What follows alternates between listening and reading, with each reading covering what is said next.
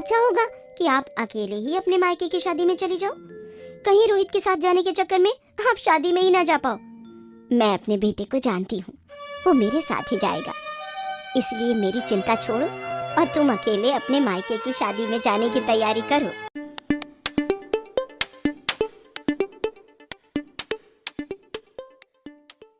आज रानी का बाहर घूमने का बहुत मन कर रहा था, इसलिए जैसे ही उसका पति रोहित ऑफिस से लौटा तो रानी ने उसे दरवाजे पर ही रोक लिया।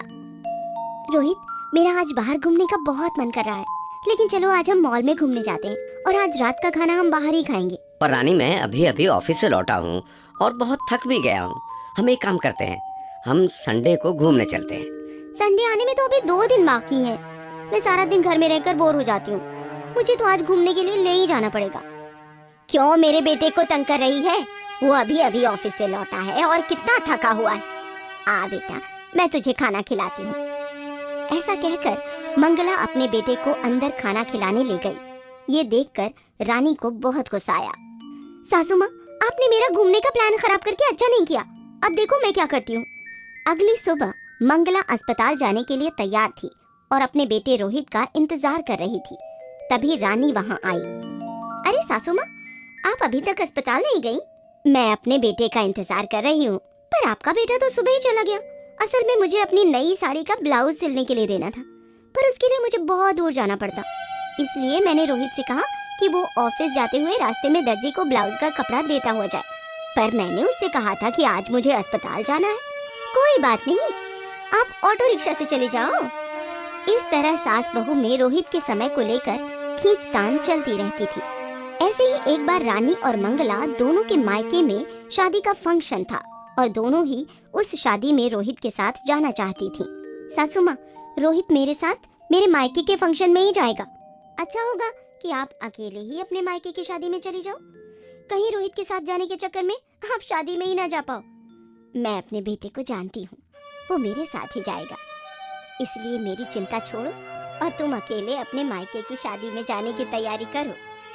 अब ये तो शाम को जब रोहित ऑफिस से लौटेगा तभी पता चलेगा कि कल वो हम दोनों में से किसके साथ शादी में जाएगा। शाम को जब रोहित ऑफिस से लौटा तो रोहित को कुछ समझ नहीं आया कि वो उन्हें क्या जवाब दे। मेरे लिए ये तय करना बहुत मुश्किल है कि मुझे किसके साथ जाना चाहिए, और मैं तो बस तुम दोनों को खुश देखना चाहता हूँ। इसलिए तुम दोनों आपस में तय कर लो और मुझे बता दो कि मुझे किसके साथ जाना है। सासू माँ, आपने सुना ना कि रोहित मेरे साथ जाना चाहता है, इसलिए आप अकेले ही चली जाइए।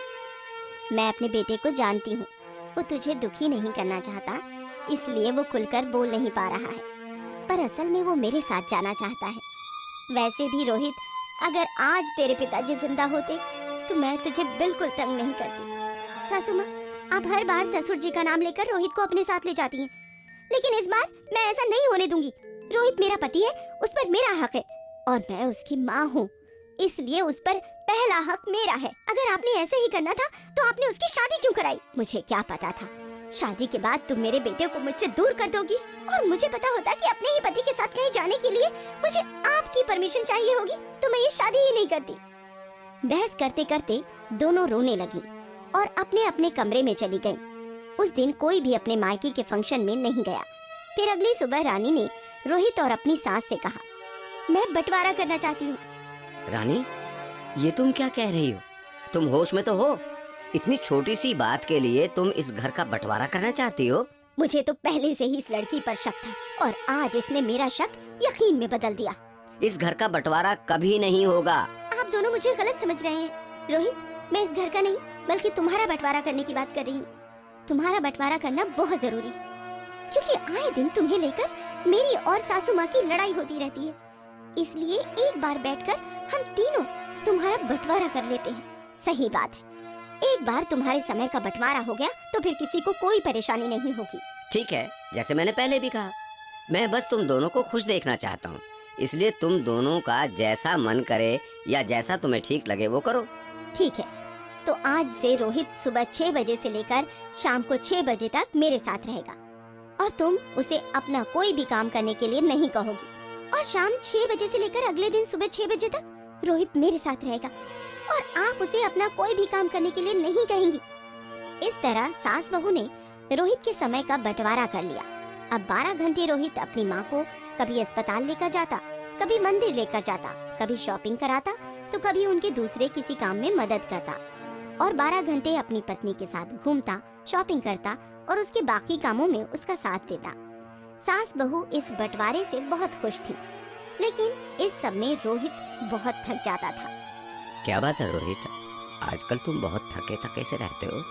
कुछ नहीं मनीष, बस घर में सास बहू ने अपना झगड़ा सुलझाने के लिए मेरे समय का बंटवारा कर दिया है। दोनों अपना समय शुरू होते ही मुझे कभी किसी काम के लिए बाहर ले जाने के लिए कहती हैं, तो कभी घर में ही किसी काम पर लगाए रखती हैं। इस सब के बीच मुझे आराम करने का समय नहीं मिल पाता। फिर तो तुम्हें उन दोनों से बात करनी चाहिए, क्योंकि अगर ऐसा ज्यादा दिन चलता रहा तो तुम्हारी तबीयत भी खराब हो सकती है। मुझे कुछ नहीं होता, अगर वो दोनों इस बंटवारे से खुश हैं तो मैं भी खुश हूँ। ऐसे ही बहुत दिनों तक चलता रहा। अब सास बहू के बंटवारे का असर रोहित की सेहत पर दिखने लगा था। रोहित, मुझे शाम तक ये फाइल तैयार करके देना है। वैसे तुम्हारी तबीयत ठीक नहीं लग रही, तुम ऑफिस का काम कर तो सकते हो ना? हाँ बॉस, मेरी तबीयत थोड़ी सी खराब तो है, पर कोई बात नहीं, मैं ये फाइल कंप्लीट कर दूंगा। अगर तुम्हारी तबीयत ज़्यादा खराब है तो कुछ दिनों की छुट्टी ले लो। अगर छुट्टी ले लूँगा तो काम कैसे करूँगा, और काम नहीं करूँगा तो घर चलाने के लिए पैसे कहाँ से आएंगे? ठीक है, तुम्हें जैसे ठीक लगे। आज जल्दी घर आ जाना, याद है ना? आज हमें रणवीर सिंह की फिल्म देखने जाना है। हाँ हाँ याद है, तुम चिंता मत करो, मैं आज समय से घर आ जाऊंगा। जल्दी से ये काम खत्म कर लेता हूँ, फिर शाम को रानी को फिल्म दिखाने भी ले जाना है। तभी अचानक रोहित की तबीयत बहुत खराब हो गई और वो बेहोश होकर गिर पड़ा। ऑफिस के लोगों को पता चला तो वो उसे हॉस्पिटल ले गए और उन्होंने रोहित की माँ और पत्नी को भी फोन करके हॉस्पिटल बुला लिया। रोहित, डॉक्टर साहब, क्या हुआ मेरे रोहित को? रोहित बेहोश कैसे हो गया? आप लोग चिंता मत कीजिए, मैंने रोहित का इलाज कर दिया है। असल में आराम ना मिलने के कारण उसका शरीर अंदर से बहुत कमजोर हो गया था, जिस कारण वो बेहोश हो गया। अभी तो मैंने उसका इलाज कर दिया है, लेकिन ये सब दोबारा भी हो सकता है। इसलिए मैं आप दोनों को ये सलाह दूंगा कि आप रोहित के खाने पीने के साथ साथ उसके आराम का भी ध्यान रखिए। डॉक्टर की बात सुनकर सास बहू को अपनी गलती का एहसास हुआ और वो दोनों रोने लगी। सासू माँ, ये सब हमारी वजह से हुआ है। हमने रोहित के समय को आपस में इस तरह से बांट लिया कि उसके पास आराम करने का समय ही नहीं बचा। हाँ बहू, हमने अपने चक्कर में रोहित के बारे में सोचा ही नहीं कि उसे क्या चाहिए, और वो बेचारा बस हमारे बारे में ही सोचता रहा। बस यही कहता रहा कि मैं बस आप दोनों को खुश देखना चाहता हूँ। आपने सही कहा सासू माँ, ये सब हमारे बंटवारे की वजह से हुआ। मैं ये बंटवारा अभी खत्म करती हूँ। मैं भी ये बंटवारा खत्म करती हूँ। आज से हम रोहित के समय को आपस में नहीं बांटेंगे, बल्कि अपना सारा समय रोहित का ध्यान रखने में लगाएंगे। इस तरह सास बहू ने पहले रोहित के समय का बंटवारा कर लिया और फिर समझ आने पर रोहित के समय का बंटवारा खत्म कर अपना सारा समय रोहित के नाम कर दिया।